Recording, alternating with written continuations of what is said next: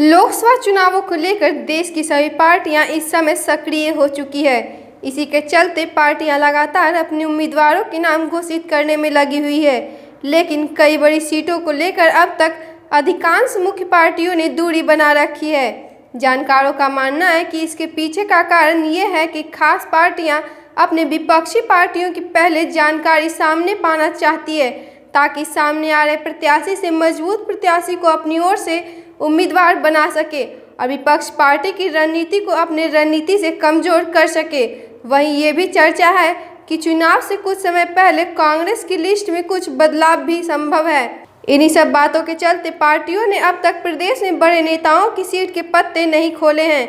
वहीं बताया जाता है कि कांग्रेस की केंद्रीय चुनाव समिति की पिछले दिनों दिल्ली में हुई बैठक में मध्य प्रदेश में लोकसभा चुनाव के लिए कई महत्वपूर्ण सीटों पर प्रत्याशियों के नाम सहमति के चलते तकरीबन तैयार कर लिए हैं।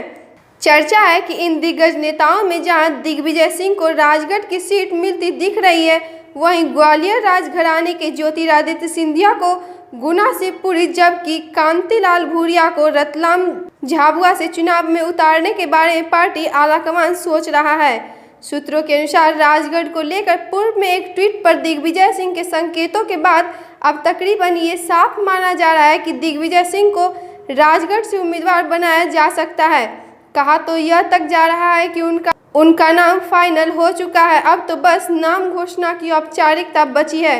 वहीं दूसरी ओर यह भी चर्चा है कि भोपाल, विदिशा और इंदौर सीट पर भी कांग्रेस लगातार नजर बनाई हुई है और भाजपा के किसी भी कमजोर प्रत्याशी के सामने आने पर दिग्विजय सिंह को यहां से भी उतारा जा सकता है। भले ही अब तक इस बात की आधिकारिक पुष्टि नहीं हुई है, लेकिन फिर भी राजनीतिक हलकों में इन सीटों को लगभग तय माना जा रहा है। राजगढ़ से पूर्व मुख्यमंत्री और दिग्गज कांग्रेसी नेता दिग्विजय सिंह, ग्वालियर से प्रियदर्शनी राजे सिंधिया, मंदसौर से कांग्रेस की वरिष्ठ नेता मीनाक्षी नटराजन, धार से गजेंद्र सिंह राजूखेड़ी, खांडवा से पूर्व प्रदेश अध्यक्ष अरुण यादव, सतना से पूर्व मुख्यमंत्री अर्जुन सिंह के बेटे अजय सिंह और सागर लोकसभा सीट से प्रभु सिंह का नाम तय माना जा रहा है। इसके अलावा मुख्यमंत्री कमलनाथ की परंपरागत सीट छिंदवाड़ा से पुत्र नकुल नाथ के लड़ने की चर्चा भी जोरों पर है, जो अपने पिता की विरासत को आगे बढ़ाने के लिए चुनावी मैदान में उतरेंगे।